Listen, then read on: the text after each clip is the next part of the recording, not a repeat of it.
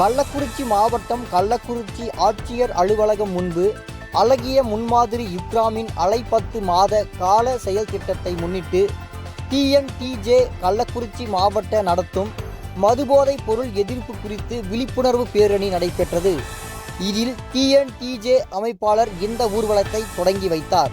மேலும் சிறப்புரையாக அப்துல் கரீம் உரையாற்றினார். மேலும் கூட்டத்தில் திரளான முஸ்லிம் பெண்கள் மதுபோதைகளின் எதிர்ப்பு குறித்து பதாகைகளை கையில் ஏந்தி கொண்டு போதை விழிப்புணர்வு குறித்து கோஷங்களை எழுப்பினர்.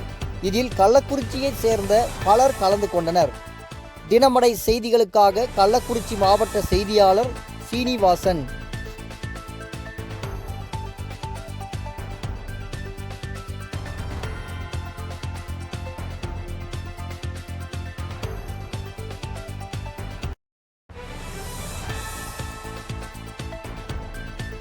இதேபோல் சுவாரஸ்யமான செய்திகளை தெரிந்து கொள்ள நமது தினமடை யூடியூப் சேனலை சப்ஸ்கிரைப் செய்யுங்கள்.